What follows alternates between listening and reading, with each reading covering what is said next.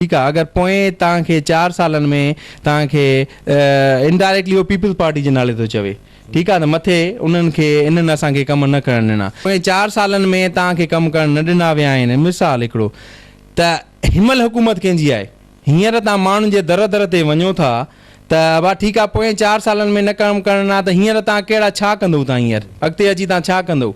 बकौल उन जे पंहिंजे लफ़्ज़नि ते थो अचां न, हिनमहिल बि तव्हांखे कमु करणु न ॾिना वेंदा।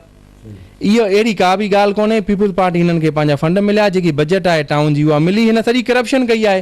हर कंहिं उहा पंहिंजी करप्शन लिकाइण जे करे पीपल्स पार्टी ते इल्ज़ाम थो हणे। सिटी सदर आहे हाजी जावेद अहमद मेमण साहब आहे, हाजी इमदाद चांग साहब आहे। असांजा 24 कलाक दर खुलियल आहिनि। असां किथे ॿाहिरि न वेंदासीं। असांखे रहणो हिते आहे, जीअणो हिते आहे, मरणो हिते आहे। पाकिस्तान पीपल्स पार्टी मिरापुर में इलाही पैकेजिस ॾिना आहिनि, रोड रस्ता ॾिना आहिनि, इलाही कम उन्हनि कया आहिनि। हाजी जावेद अहमद मेमण साहब, हाजी इमदाद अली चांग साहब जी लीडरशिप सां पाकिस्तान पीपल्स पार्टी हींअर मिरापुर में मज़बूत थी उभरी आहे। पुछियो वञे कारकर्दगी, पुछो जेकी उन्हनि 4 साल पोयां हुकूमत में रही त चेयरमैनशिप में रही, हुननि कहिड़ा कम कया आहिनि? हुननि करप्शन खां अलावा, मिरापुर खे तबाह करण खां अलावा, मिरापुर खे गंद किचिरो उन्हनि सॼो ॾिसो न, सॼे शहर में हालत कहिड़ी लॻी पई आहे। उन खां अलावा उन्हनि कयो छा आहे की BD इलेक्शन आहे, उन में मां जेको आहियां वार्ड नंबर 15 जो उम्मीदवार आहियां।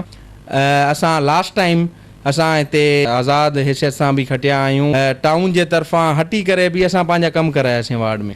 टाउन जे तरफ़ां जेके हिते असांखे फंड्स न पिया मिलनि, पंहिंजी करप्शन में मसरूफ़ हुया। त पोएं चकर पीपल्स पार्टी हिकु सीट बि न खई हुई। उन जी हीअ तव्हांखे चपाट आहे।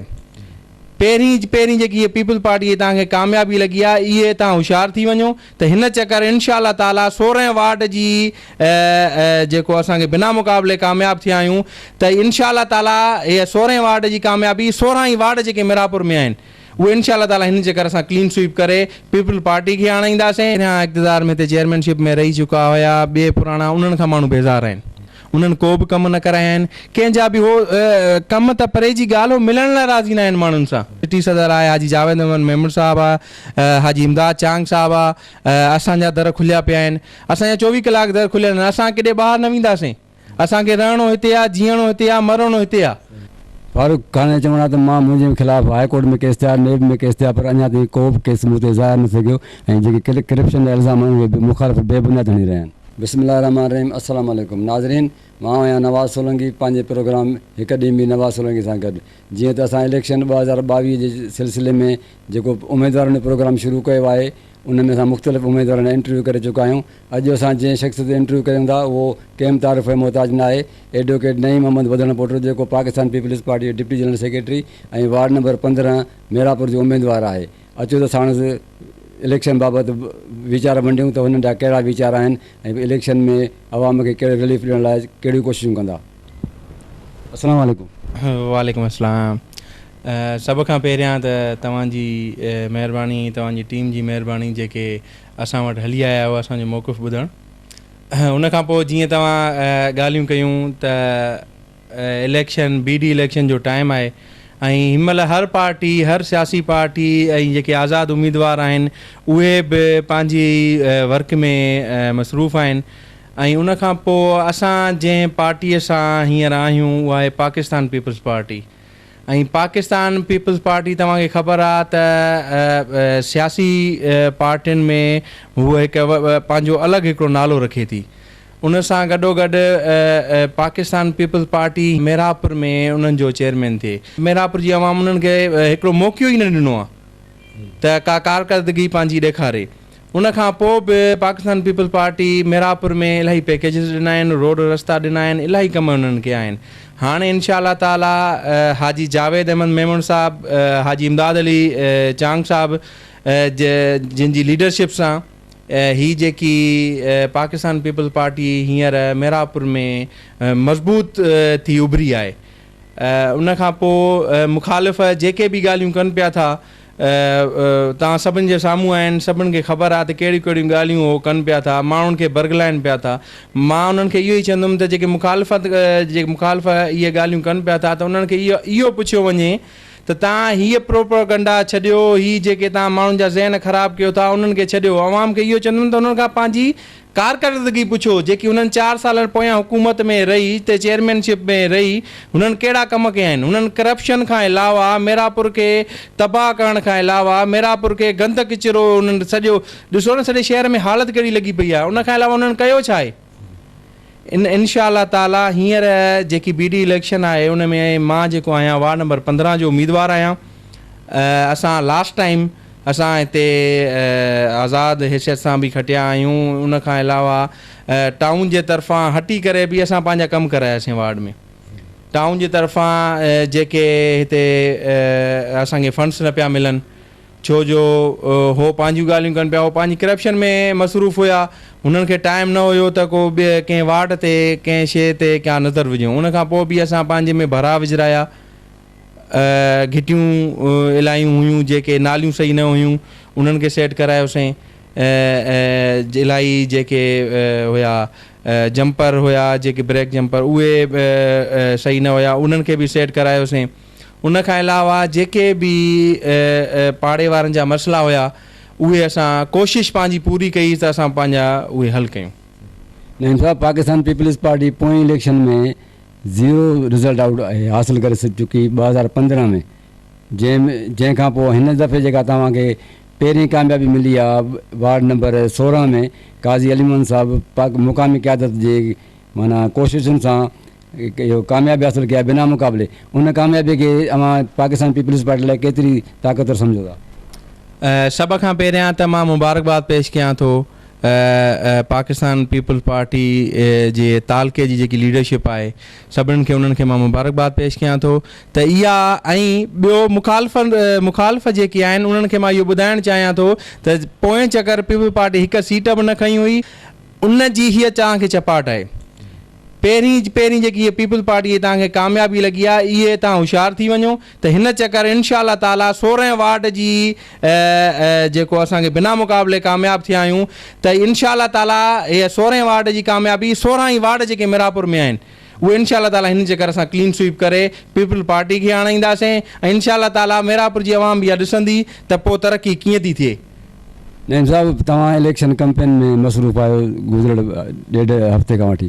तव्हां आवाम जा छा था तासिरात सम्झो? आवाम जा केतिरी हमदर्द आहिनि तव्हांजी पाकिस्तान पीपल्स पार्टी सां? जी, हींअर जेकी मां सर्वे कई आहे, जेकी मुंहिंजे दोस्तनि सर्वे कई आहे, मां पंहिंजी ज़ाती सर्वे पहिरियां ॿुधाईंदुसि त हींअर माण्हू जेके पहिरियां इक़्तिदार में ते चेयरमैनशिप में रही चुका हुया ॿिए पुराणा उन्हनि खां माण्हू बेज़ार आहिनि। उन्हनि को बि कमु न कराया आहिनि।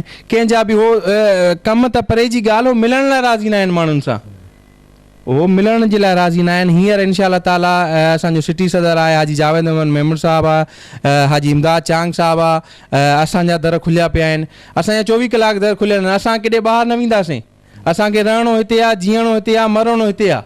असां खटींदासीं पोइ बि हिते हूंदासीं। हाजी जावेद हिते हूंदो, हाजी इमदाद हिते हूंदो। असां केॾे लंडन अमरीका पंजाब केॾे न वेंदासीं।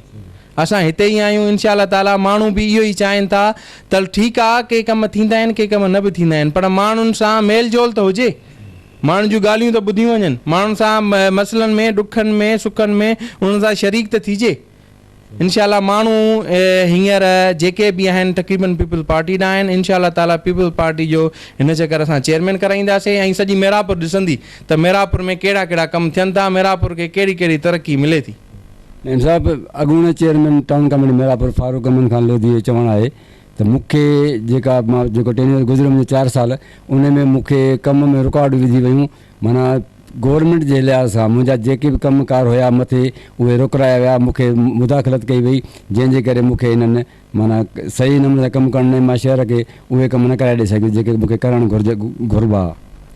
हाणे तव्हां ॾिसो इहे हुन जूं बेबुनियाद जेके आहिनि इहे इल्ज़ाम आहिनि ऐं बेबुनियाद ॻाल्हियूं आहिनि।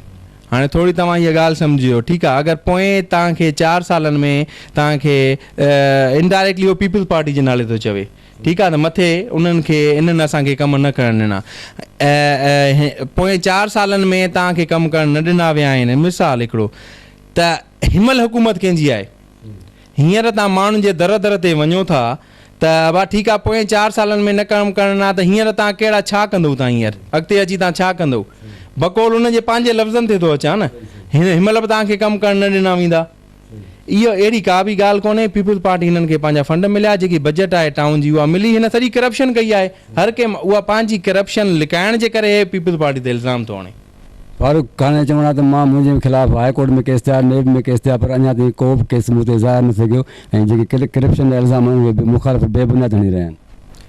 करप्शन जा जेके केस आहिनि उहे हलनि पिया था कोर्टनि में, हिन ते केसिस हलनि पिया था। ठीकु आहे, एॾो इहे फ़ैसिला ईंदा कुझु टाइम में तव्हांखे नज़र अची वेंदा। जंहिं महिल बि इहे केसिस जेके तव्हांखे ख़बर आहे कोर्टुनि जा आहिनि, लॉन्ग प्रोसीजर आहे, उहे जंहिं महिल बि ज़ाहिर थींदा त तव्हांजे सभिनि जे साम्हूं हूंदा उहे जेके बि आहिनि।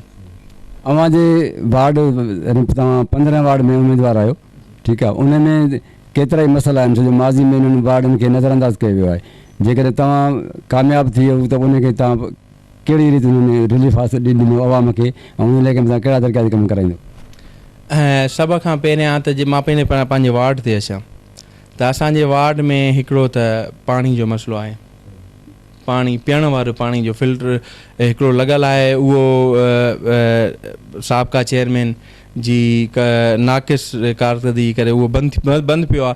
असां इंशाल्लाह कोशिशि कंदासीं त उनखे असां उन जी जॻह ते नओं हणूं न त उनखे रिपेयर कराए उहे असां स्टार्ट कयूं। पहिरियों असांजो इहो हूंदो। उनखां पोइ आहे साफ़ सुथराई। साफ़ सुथराई हिते असांजे में तक़रीबन माहौल तमामु ख़राबु आहे ऐं ॿियो जेको असांखां पुॼी सघंदो आहे उहो असां कराई बि आहे। बाक़ी नालियुनि जो ऐं घिटियुनि जो कमु कुझु पीपल्स पार्टी MNA जे MP जे उन जे कोटा में कुझु कमु हलनि बि पिया था।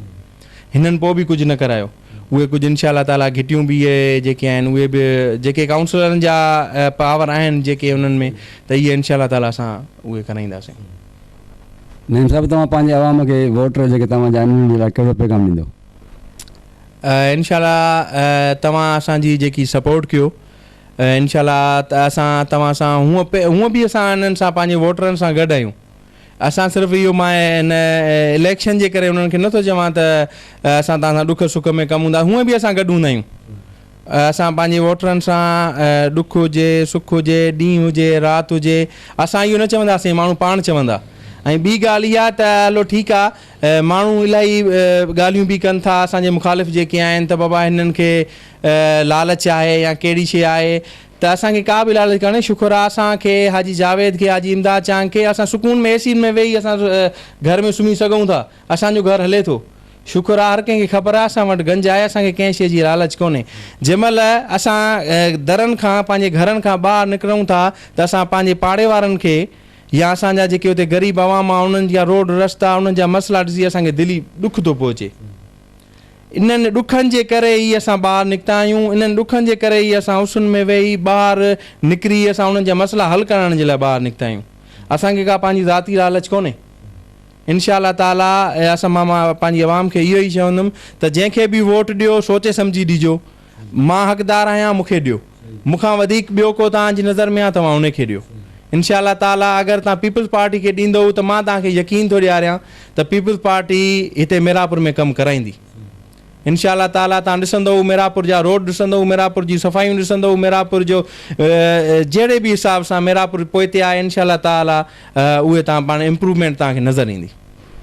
जी नाज़रीन, हे हुया असांजा पाकिस्तान पीपल्स पार्टी मिरापुर जा डिप्टी जनरल सेक्रेटरी ऐं वार्ड नंबर 15 जा बलदियाती चूंडुनि जा उम्मीदवार नईम अहमद वदन पोटरो, जंहिंजा तव्हां तासरात ॿुधा। हे तमामु पुरज़म आहिनि पंहिंजी कामयाबीअ ते ऐं कामयाबु थियण खां पोइ पंहिंजे इलाइक़े खे भरपूर रिलीफ ॾियारींदा। ख़ुदा हाफ़िज़।